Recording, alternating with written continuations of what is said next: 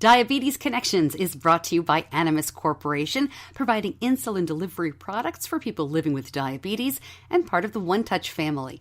And by Dexcom. Take control of your diabetes with the world's first continuous glucose monitoring system that sends glucose readings directly to your compatible smart device. Live life on your own terms with Dexcom. Hey, it's Stacey. This podcast is not intended as medical advice. If you have those kinds of questions, please contact your healthcare provider.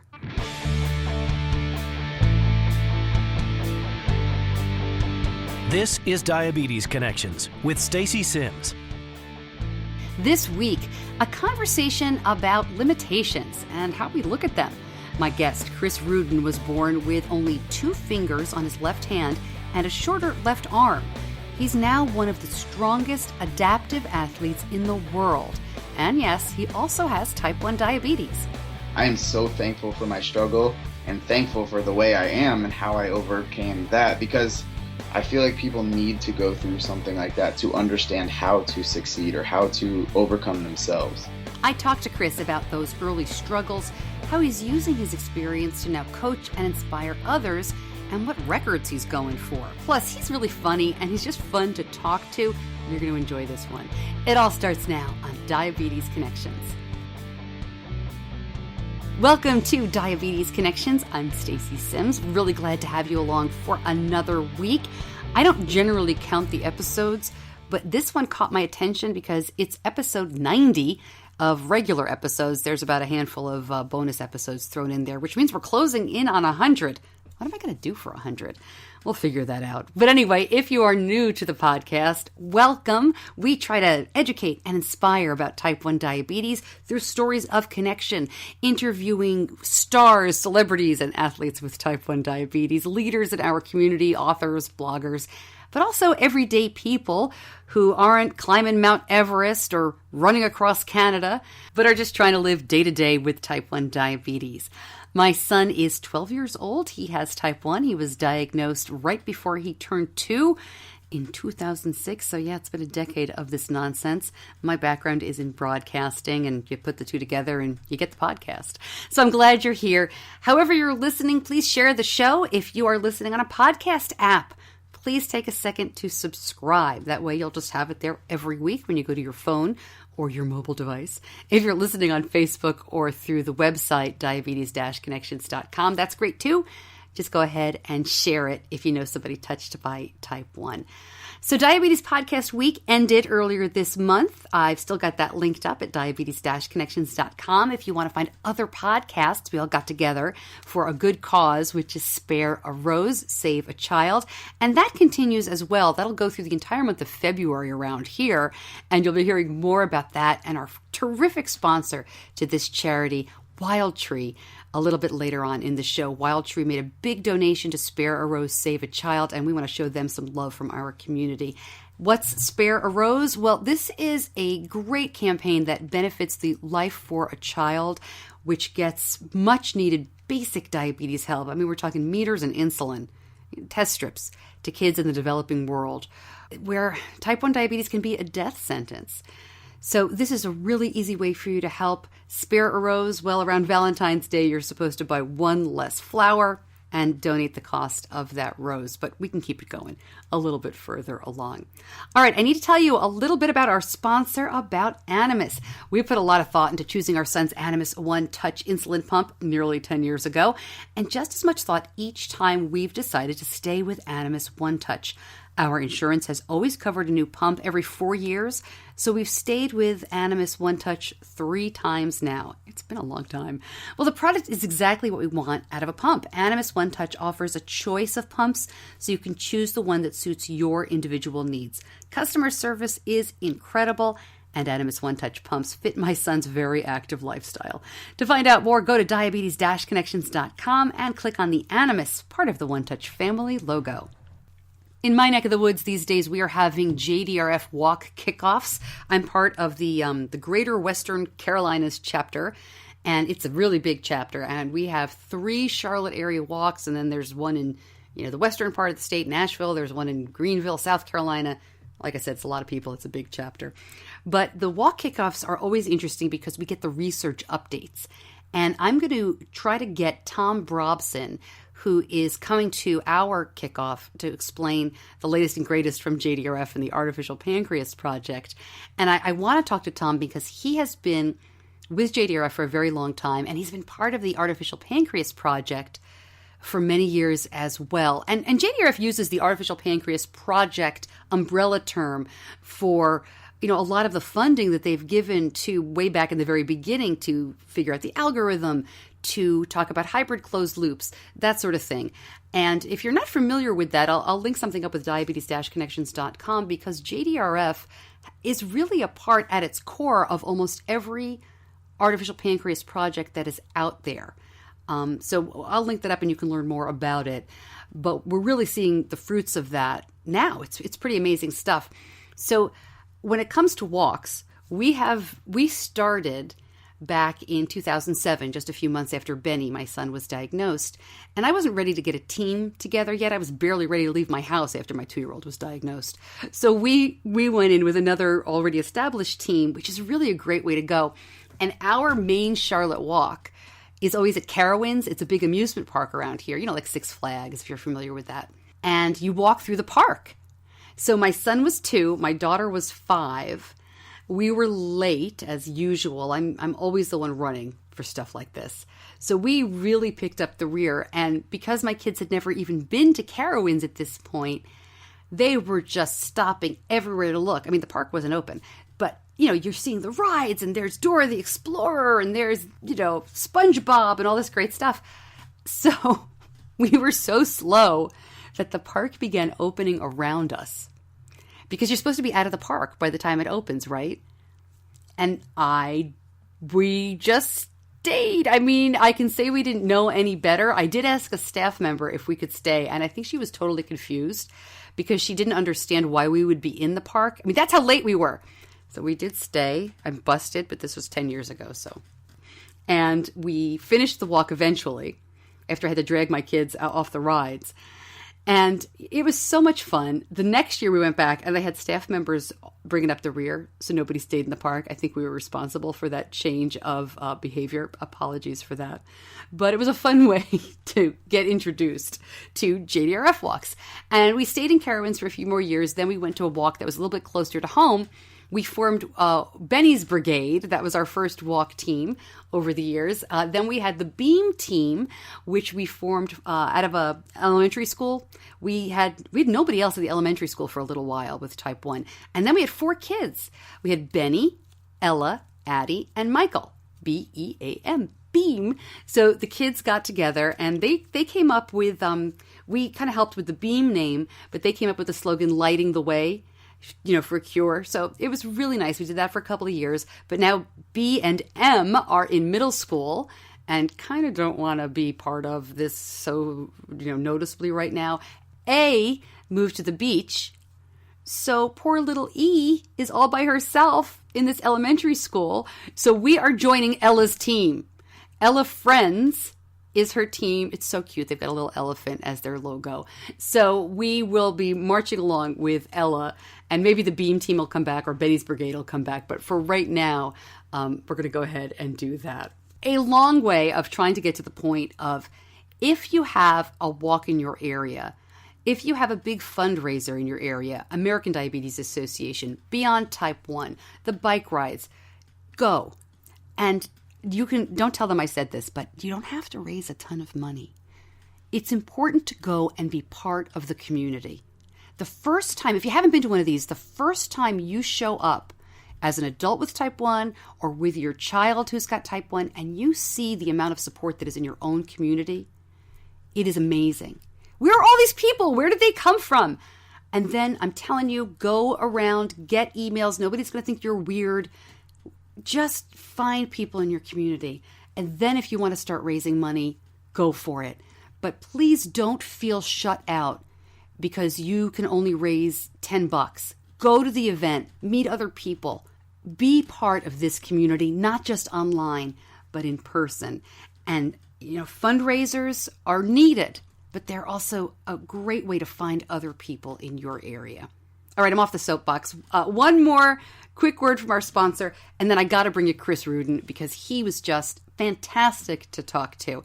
We started using the Dexcom continuous glucose monitoring system 3 years ago when Benny had just turned 9.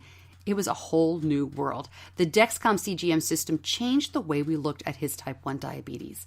When you can see and track glucose levels on a screen, it's incredible, especially if you've relied only on finger sticks for a long time like we did. It becomes so much easier to spot trends and head off extreme highs and lows. The Dexcom G5 Mobile Continuous Glucose Monitoring System is the first FDA-approved device to let you make treatment decisions without pricking your finger.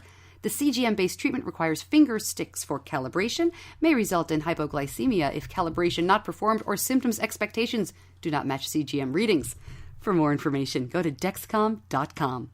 My guest this week is an elite powerlifter, an entrepreneur. He's a motivational speaker. He's a model. And he has a congenital birth defect, which left him with only 2 fingers on his left hand, as well as a shorter left arm. But Chris Ruden says that limitations are self-imposed. He was also diagnosed with type 1 diabetes at the age of 19. You know, I speak to a lot of people for the show who are extreme athletes, or who really push themselves in physical ways. And I'm always a little nervous because I never know what to expect. And I guess that's my stereotype, right? You wonder, what am I going to find in common with somebody who can deadlift over 600 pounds and who is an adaptive athlete? I mean, he talks about how he does that with really only one hand and a shorter left arm. And he is basically on track to be the world's strongest adaptive athlete. So like many people I've talked to before, I was pleasantly surprised to find out that Chris is very funny, really charismatic guy. This is somebody who really seems welcoming to anybody in the gym. You'll hear him urge me to keep getting involved and keep, I'm going to say training in quotes. But after talking to Chris, it is no surprise to me that he is in high demand as a motivational speaker. So I really hope you enjoy my talk with Chris Ruden. So Chris, it says on your website, the first thing that pops up is, "Hi, I'm Chris, and I'm the only 7-fingered diabetic speaker, adversity coach, and elite power lifter you know." Pretty catchy line, huh? Yeah, what a way to introduce yourself. Thanks for being with me today. Let's just start right off the bat. You had something to overcome before you had type 1 diabetes. You were born with 2 fingers on one hand? Yes, I was born with 2 fingers on my left hand, technically without the hand itself, just the 2 fingers almost attaching to the wrist because the actual bones, the metacarpals, aren't there. And then my left arm is shorter because the 2 forearm bones, the radius and the ulna, aren't attached properly at the elbow. So I have some shorter levers and I have some different movements that I can't do. But that's just how I was born, and I've lived my whole life like that. So that's what I'm used to. As a kid, I imagine it didn't slow you down too much, considering you were born that way, and I've read about you already. It seems like your parents just said, "Let's go." But what was it like as a kid? So I was in a private school my whole life. I grew up in a pretty bad neighborhood, but I was in a private school, so I didn't really know I was different. Everyone treated me the same. And my parents, that was their attempt to protect me. I went out of my private school finally when I started to get a little older, and the second I walked in, people started making fun of me. They started making fun of the way I looked, my hand, and I didn't even understand. I was like, "What do you mean? All my friends, they were fine with it. Why aren't you guys fine with it?" And it completely changed. Like the first 8 to 9 years of my life, I had no issues whatsoever, but I didn't realize I was different until I went outside of my environment. And then it took a lot for me to overcome that part of it and to go from not having a body image issue to having a body image issue to try and getting rid of the body image issue. It was a cycle, Did I'm trying to imagine how obviously you look different, and I'm sure that's what the kids focused on. but did you act different? In other words, how do you, and I'm trying not to be insensitive, but how do Oh, you no, do it? Like, how do you pick stuff up? How did you So, do? I mean, I just dealt with it. Like, I would use the top of my arm to pick things up. I would play foursquare in basketball. I was on a basketball team. Like, nothing stopped me at all. Like, the only thing was I looked different and I adapted. I had to adapt to my scenario all the time. The only thing to this day that I cannot do is monkey bars. And honestly, I swear one day I'm going to conquer them still. But that is the only thing I can't do. So other than that, it was not an issue of function. It was more of a mentality issue and not really knowing how to deal with people reacting to something that I was born with. Wow, what a horrible thing for a kid to go through after not really worrying about it. What got you through that? I mean, a lot. I can't really say what specifically got me through it. I hardened up a lot and I had to I held it in because I didn't want my parents to know. I I was just traumatized by the thought of having my parents know and how upset they would be. So I just never told them. I didn't want to put them through that, so I took the brunt of it. And it was rough. It really was. But I think it made me who I am, and it helped me understand how to overcome difficult situations like that. It got pretty bad to where I started, as I grew up, relying on things I shouldn't, to kind of distance myself from reality. But that was on me. That was no one else's fault but my own, because I decided to do that. I was in control of my life. And at that point, I felt like I wasn't. So it took going through some pain and going through some, discomfort to find myself and really build my character. But that prepped me for diabetes like crazy. So, I mean, I am so thankful for my struggle and thankful for the way I am and how I overcame that, because I feel like people need to go through something like that to understand how to succeed or how to overcome themselves. Well, as my heart goes out to you and to your parents for that experience, I'm also really heartened. What an amazing sentiment. So let's talk about your diagnosis of diabetes, because you were a young adult, right? You were 19? I was 19 and I was just going into college Wow. when I was diagnosed with diabetes. Well, how did you find out? Like, what were you having symptoms and saw a doctor, or was it sudden? At that point, I was still fighting, the body image stuff, but I was getting out of it, and I was going into college, so I was drinking, and I was going to the bathroom a lot, having the symptoms, polyuria, and I was just like, this is too much. Like, my friends are going to the bathroom, but I'm going to the bathroom all the time. This is getting ridiculous. And I was actually working at a hospital at the time, and I was in the ER working, and I was like, I really don't feel good whatsoever. I'm just like pale. I just feel weak. So I went to the urologist where my mom happened to work, because everyone in my family works in the medical field some way. And he was like, well, good news is nothing's really wrong aside from you might have diabetes. I'm like, well, What a funny way to say it. I know. Like, he was just so monotone and like you couldn't get an expression. Well, he's a urologist, so maybe his area of specialty is like, well, where I'm looking, things Yeah, are working fine. the problem's there. You're fine. I'm like, great. He's like, but you have diabetes. You should probably go to the hospital. I was like, oh, that's awesome. So I had a blood sugar of 510. I wasn't in DK or anything, but I had no clue about diabetes. It doesn't run in my family whatsoever. I wasn't overweight. The nurse actually came in and she was like, where's the diabetic? Because, those misconceptions about diabetes, Right. and you have to be overweight to have diabetes, So she was very confused, and I was diagnosed as type 2 diabetic. Oh, really? Oh yeah, and they really messed up on that one. That was a big mess up, because I was definitely not type 2 diabetic. I am type 1 full blown. So metformin just did not work for me. If anything, it just messed up my stomach and did that usual thing it does, Yeah, so they sent you home with metformin. Oh And yeah. that's it? Oh yeah. So it was an issue. And then I had to go back, and then they actually were like, oh, well, you have type 1, you have to use insulin. So it was a pretty big mess, and I was very confused. At that point, I was so scared of needles too. Like, for the doctor, I would never want to get a shot. Mm. I was terrified of needles. Like, what do you mean I have to stick myself every time I eat? No way. That's ridiculous. Do you remember when you gave yourself your first shot? I was terrified. I was up till like 2 a.m, and I was just like staring at it. I'm like, I'm not doing this. I'm not doing this at all. Honestly, I might have been more scared of the finger sticks too, because back in the day when you do the finger sticks at the check, like when you got a checkup, they would use like this archaic barbarian machete type thing to get blood from you. I'm like, what? That is the most painful thing ever. I've seen people heard people describe that as a guillotine. Seriously, like the thing they used to use, I'm like, I'm not doing that to myself. That you have to be some sort of sick, masochist to do that to yourself. Wow. But you got over it. I got over it. I did get over it. Oh. But honestly, I will say at that point in college, I was going for law. I was studying political science.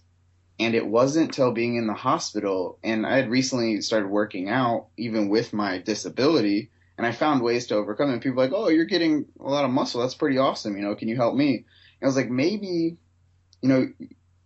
for me to help myself, I have to help other people, which makes me help myself, as sort of a role model. So maybe I should switch into exercise and do something along that lines. And that's where I found my life purpose and passion because of diabetes. So I attribute it solely because of diabetes that I am here where I am today. Wow.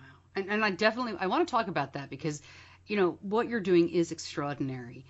But what made you go to the gym in college with a disability, as you said? It must be tough to figure out how to lift weights and do all the things, as you said. You only can't do monkey bars. But how did you figure out how to do all the basic stuff? And what brought you to the gym in the first place?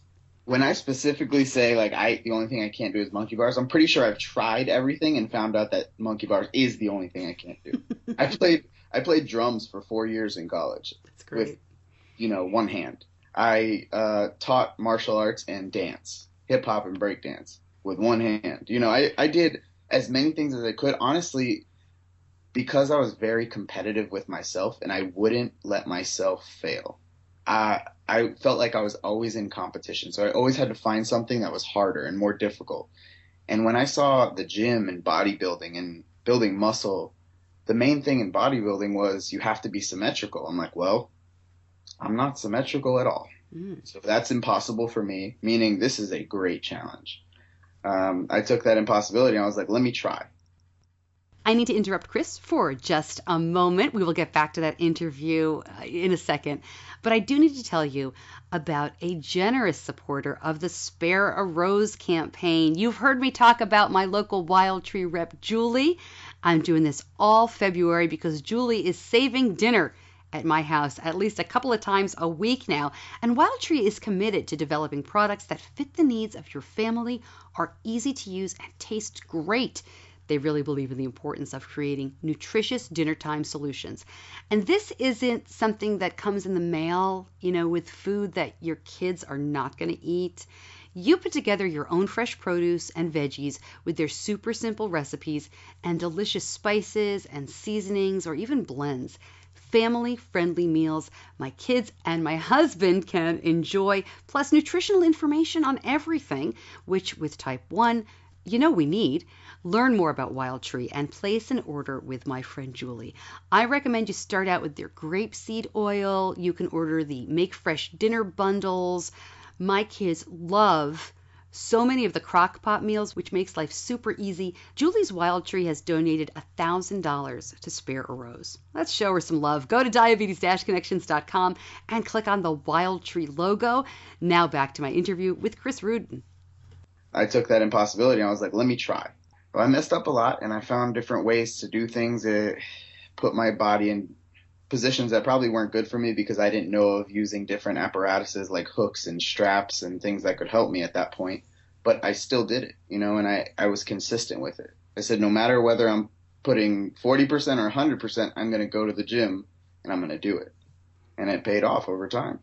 And then it was during that time when you were diagnosed with type 1? I'm just trying to keep the timeline. I was diagnosed and I took a hobby. I went from a hobby to a career. I switched my major in college to exercise science, and I learned as much as possible. On top of going to college, I would do specializations and certifications while I didn't even get my degree yet, but I was speeding past because I wanted to get as much information as possible.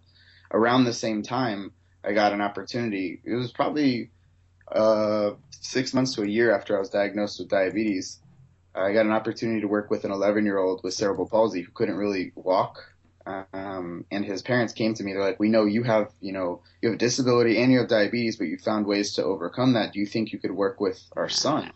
And within 6 months, he ended up running on the beach for the first time, which was like incredible. Yeah. And to his family, they're like, we work with therapists, what's going on.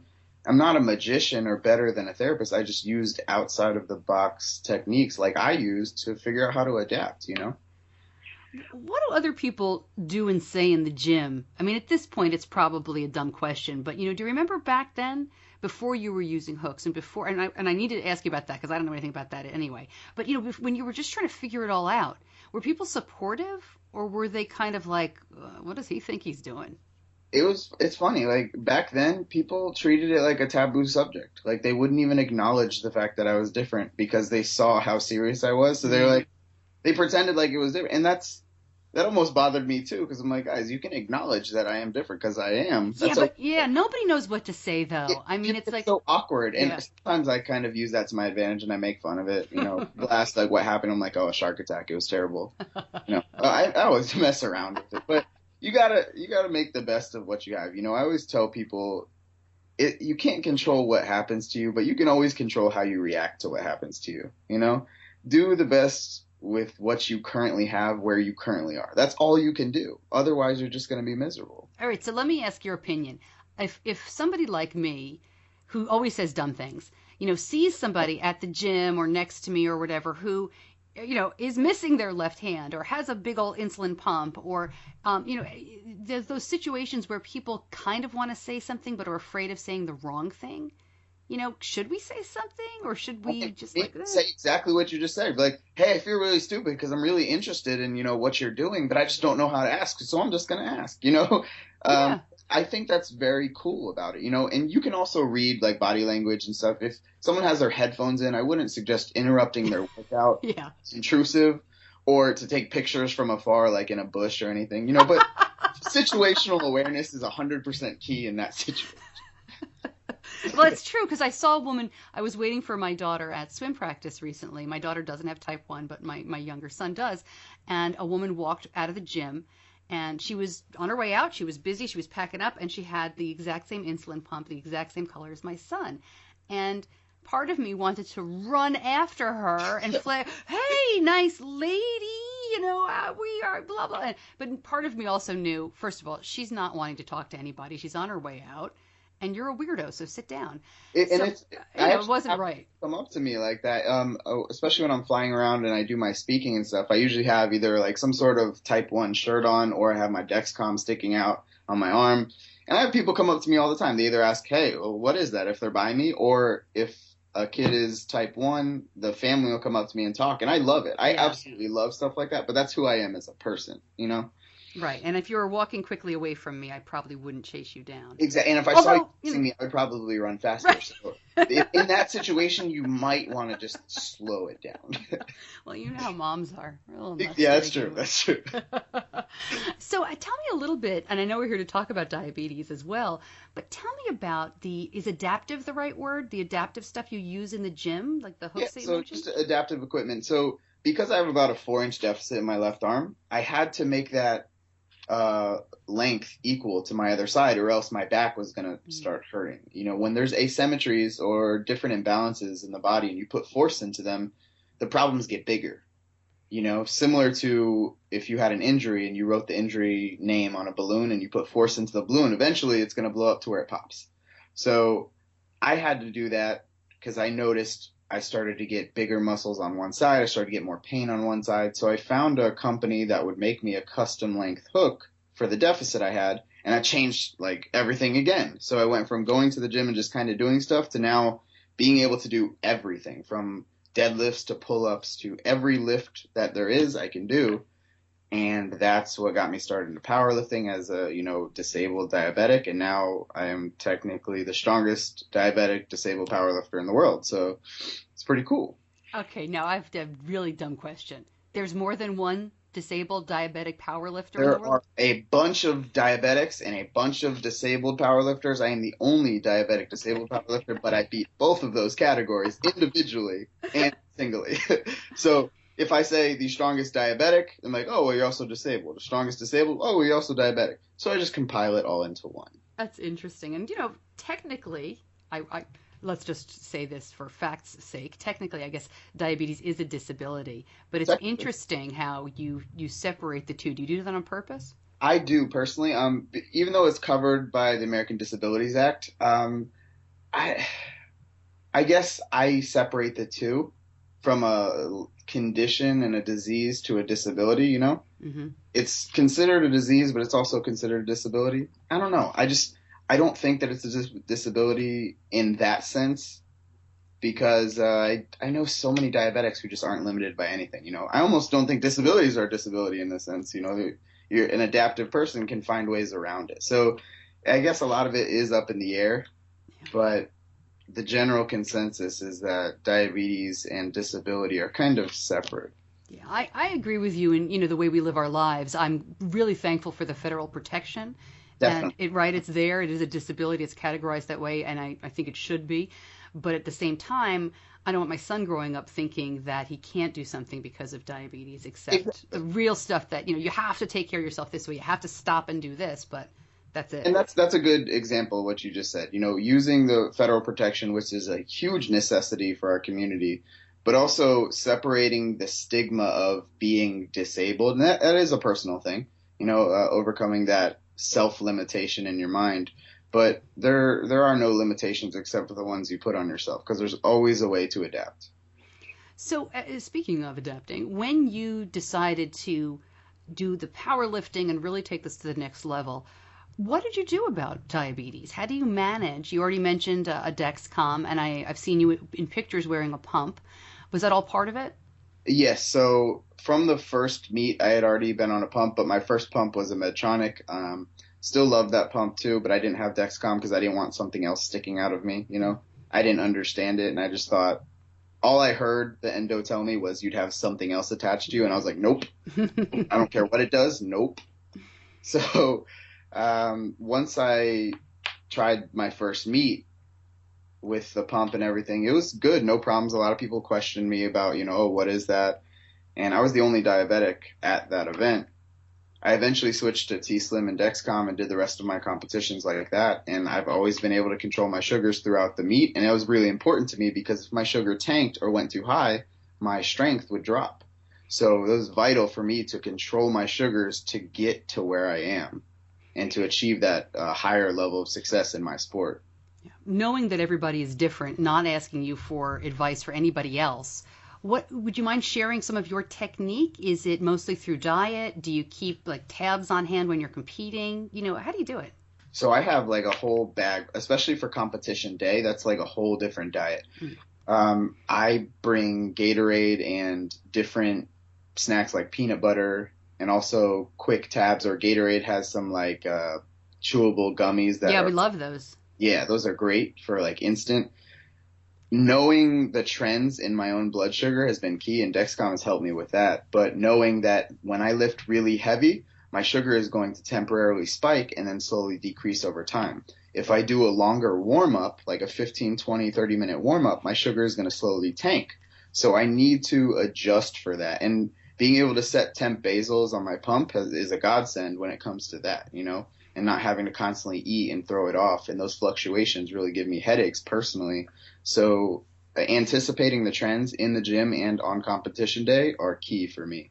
Yeah, that's really great. I mean, and if you're not, as you listen, if you're not familiar with a temporary basal in the pump, with most insulin pumps, you can increase or decrease the amount of background insulin on a temporary basis. And that's just one of the best things about pumping. We use that all the time, Chris. It's great. It is amazing. You can set up the best basal settings on the pump, but even there will be days where you do something different, and when you can't adjust a normal long acting, but when it comes to the pump, that's what I see as one of the major benefits.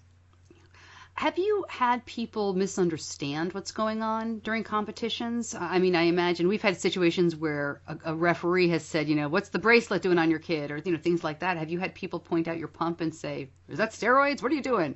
I have had that. Oh, the worst situation ever. So embarrassing. Oh, my God. So embarrassing. My first meet ever. I was just making my name for myself in the powerlifting community, and I actually had a needle on me because just in case the pump didn't work, it was a just in case situation with the vial. I met one of the people I looked up to so much, shook his hand, and before he walked away, the needle fell out of my pocket. He picked it up for me and gave it to me with a smile. And I was like, oh, diabetes. He's like, yeah, haha, me too. Oh, it was so bad. He just walked away and I didn't even know what to say. I'm just like, no, seriously. It was so bad. Wow. That's not good. I know. It's just, I mean, I've had bad situations like that before. Before a pump, like I would leave the needle in the back of my ear and walk into Walmart and everyone just thinks you're a demon. It's great. I shouldn't laugh, but that's really funny. But I mean, I laugh, but as soon as I grab my ear and I'm like, oh my God, shove it in my pocket like violently. So I see that, we clicked on video for a quick minute here in the beginning, and you're wearing a Bolus and Barbells shirt. I spoke to those folks. Is it Rodney Miller? Rodney is the worst person in the world. He's actually a great friend of mine. Like I connected with him through the diabetic online community, and he's one of like my best buddies now, for real. Like we talk all the time. I actually just interviewed him for a project that I'm doing, but we just connect, and it's so nice to have the diabetic online community to meet like-minded people, because I know one other diabetic in my life and he's not that into lifting, and there's people out there who are into exactly what you're into as a diabetic and you just don't know. So Rodney created this Bolus and Barbells community, which is, in addition to, as you said, online connection with people who lift and who have type 1, he puts together events. Have you been to one of those yet? His first ever event, he had me speak at his event. We probably talked about you when I interviewed him for the podcast, so I apologize. Oh, no worries. Yeah. What was that like for you? That's actually how I heard about you as well, after your first thing with him. But Bolus and Barbells was one of my first diabetic speaking engagements, and it was my first diabetic event, solely diabetic event. I did a walk before with JDRF, but this was real, like me being involved, lifting and helping and speaking to people. It was amazing. I can honestly say, for the people who went, it was life-changing in the ability to build friendship and learn and just be a part of something. Those people will never feel alone ever again in their life. That was the only interview I've done where somebody heard about it in one of the Facebook groups with athletes, and she messaged me and said, people are so grateful that they want to thank Rodney. Can we call in and thank him? And that's how on that show we had about 10 people who sent me audio and thanked. It was amazing to me that it had made such a difference. Like the impact it had was just immeasurable, and the growth that Bolus and Barbells is going to experience in the next 5 years is going to impact the diabetes community in such a way, because right now in the diabetic community, the emphasis is on the cardio aspect of it. So there's runs and bicycle, cyclists and all kinds of those events, but there's no anaerobic type events that focus on lifting and the benefits associated with lifting and improving lean muscle mass in relation to improving A1C and insulin sensitivity. So the benefits have been there, measured for years, but there's been no events like Bolus and Barbells. So it's the first of its kind. That's great. It's funny because I when I look at things like the walks and the bike rides, those are things that, we as parents, most of us, can take part in. And just in the last year or two, there is no way I'm ready for Bolus and Barbells, but I've started working with a trainer where we worked on flexibility and strength training, which surprised me because I'd never worked with a trainer before, and I thought he was just going to have me on the treadmill the whole time. And it's been really surprisingly fun. I mean, I am a 45-year-old suburban mom, and when I'm lifting the little bitty weights that I do, I feel, it's a funny feeling. You feel like a badass. You're like, woo, it's really funny. And it's so funny that you say that. I'm going to challenge you and say you would be great at something like Bolus and Barbells, because it's for any level lifter whatsoever. For people who are beginning, you're practicing movement patterns that you've done your whole life, like squatting. It's just improving, giving you positive movement patterns and enabling you to use muscles that you might not have used for a while. And it's just going to benefit you further. So the fear of the unknown is really what it is. And once people see it and do it and realize you don't have to lift 1,000 pounds and scream your head off, and chug a protein shake like a bro. That's not what you have to do. And that's not what it is. I'm a full believer in a multidisciplinary, approach to diabetes management, including, aerobic, anaerobic, and mental. So you have to have all those aspects. And I don't have diabetes, but I told my trainer when I met him, I want to touch my toes when I'm 80. And so one of the things that we did, and again, I think you'll laugh. I laugh every time I'm in the gym with him, but we did the squats with just the bar with no weights on it. That's 45 pounds though. It was hysterical. I do. I laugh. He thinks I'm crazy because I laugh the whole time, but we have a good time. That's great. So, but with something like Bolus and Barbells, I think that there already might be a little bit of a misconception. It's not for, you don't have to be super record holder. High level athlete.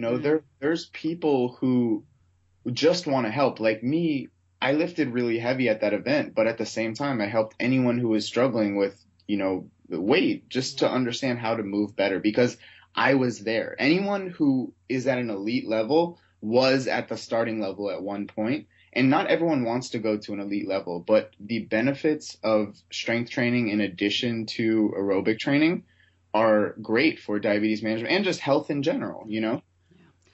So as a trainer, and you mentioned this is really where you found where you belong, and you're talking about helping people at Bolus and Barbells.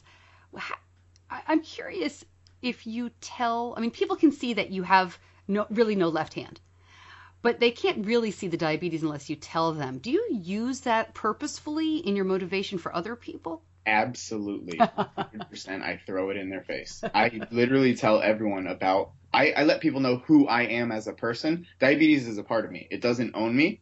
It doesn't rent space in me. It just is a part of me, and I allow it to be a part of who I am. I'm proud of it because it has fueled me to get to where I am, and it's a tool that I use to show people that limitations are really self-imposed. Anything that happens to you, there is a way to overcome it, and that's just one of the things I've overcome in my life, and I continue to overcome on a daily basis.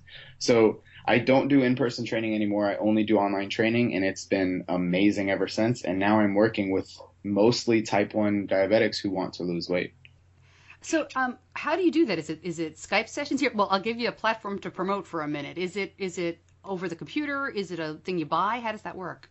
Well, hi, my name is Chris, and I'm the type 1 fat loss coach.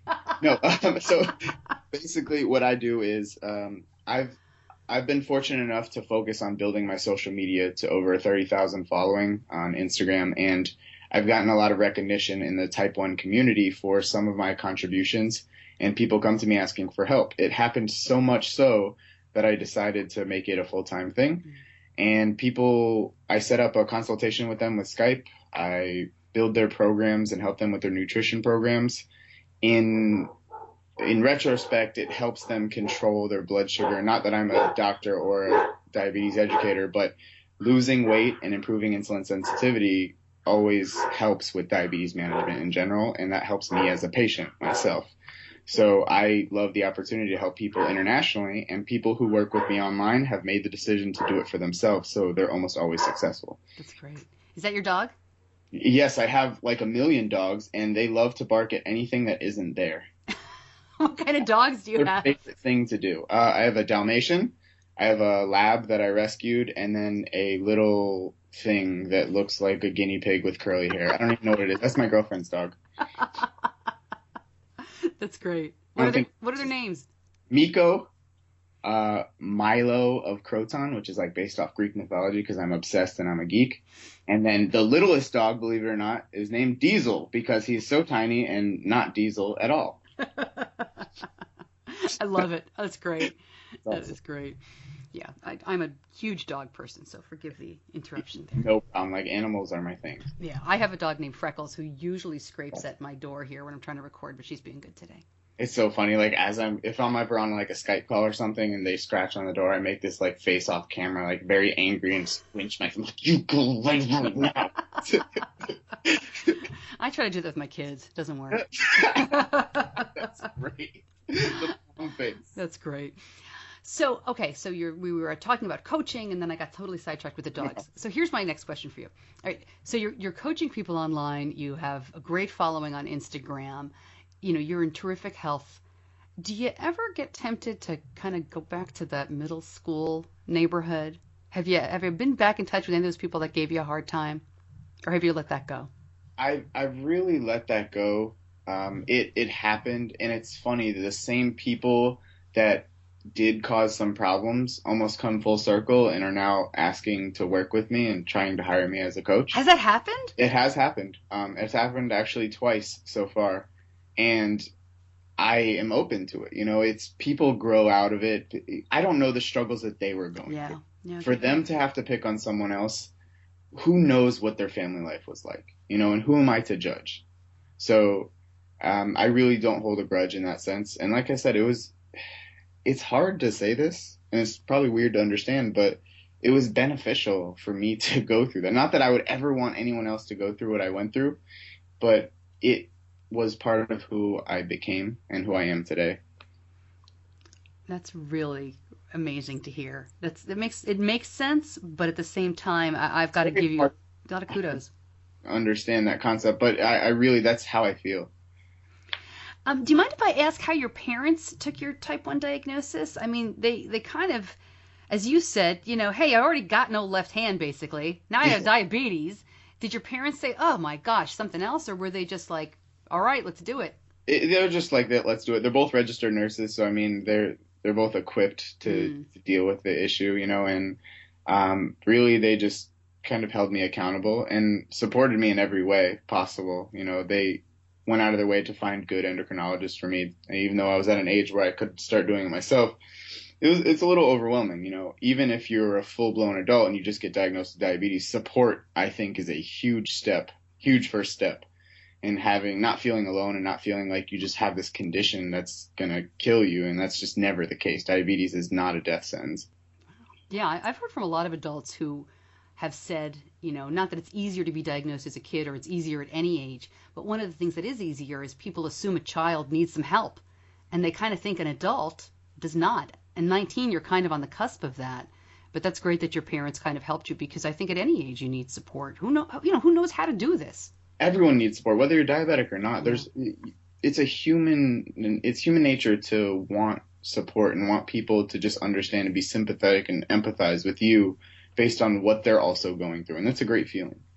So what's next for you? Are you looking for some travel or world records or more coaching? Everything is next for me. So my speaking career has taken off. I've spoken at quite a few events, and I'm booked for quite a few events this year. Children with Diabetes Youth Services, and a few other conferences, as well as going to the Arnold, which is the biggest lifting event in the world, and they're featuring me as a disabled lifter, guest lifter. When is that? What? When is the Arnold? When is that? That is March 3rd through 5th in Columbus, Ohio. Oh, great. Yes. So I'm actually attempting 650 pounds deadlift. So that will be it. I'm already at 630 pounds, but the goal is 700 by the end of this year. That's my big goal. Is that a record? I mean, listen, that sounds ridiculous to me, but is it a record not just for you, but in a different way? Is it a category record? Currently, I hold 4 state records for different lifts, and it is considered a record, but I'm doing it as a guest lifter, so it won't be on the record. Got it. Okay, it'll be on the guest list. Yeah. So, and you mentioned you were going to be at Children with Diabetes. That's the Friends for Life conference in July? Yes, that is. Okay, so we go to that quite often, and I hope to be there this year. But I've got to imagine that they're going to have you talk to all those kids. When you talk to kids, do you do anything different? And I mean little kids, like, let's say, well, they will bristle at being called little kids, but I mean like 10 and under. Yes, I do. My biggest speaking event to kids was at a camp in Colorado for the ADA, and it was over 250 kids who were between 8 to 12 years old.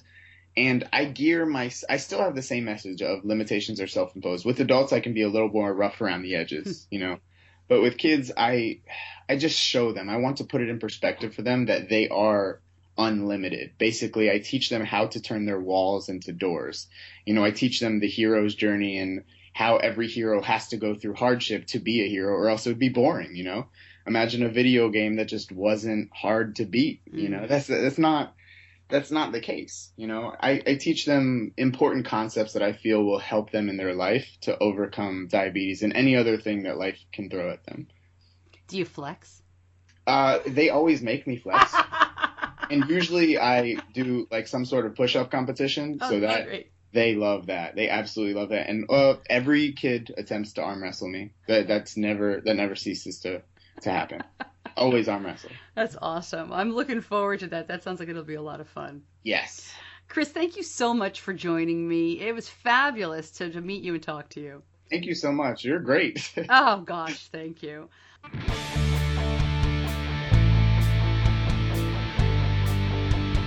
You're listening to Diabetes Connections with Stacey Sims. I will link up more about Chris at diabetes-connections.com. And you heard him talk a little bit about a possible upcoming project he's working on. We'll keep you posted on that as well. And if you didn't get a chance to hear the episode about Bolus and Barbells, I'll link that up directly to this episode under the helpful links. Because as I said, it was the first episode I've ever done where people really wanted to give me feedback about how grateful they were for the event itself. I think this is a community we're going to be hearing a lot more about, the weightlifters and strength trainers within the diabetes community. And as Chris said, you don't have to lift 600 pounds.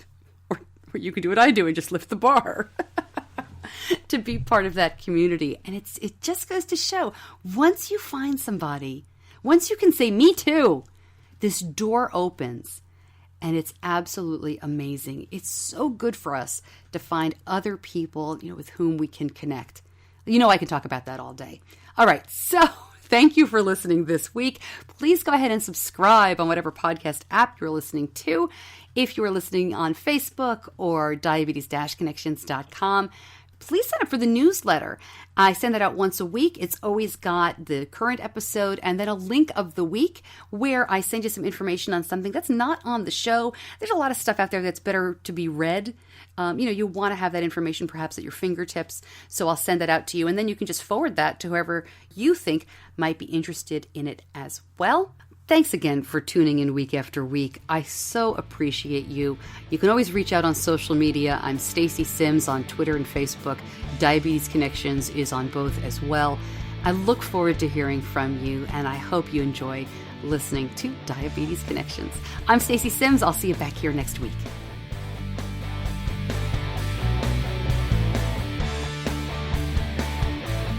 Diabetes Connections is a production of Stacey Sims Media. All rights reserved, all wrongs avenged.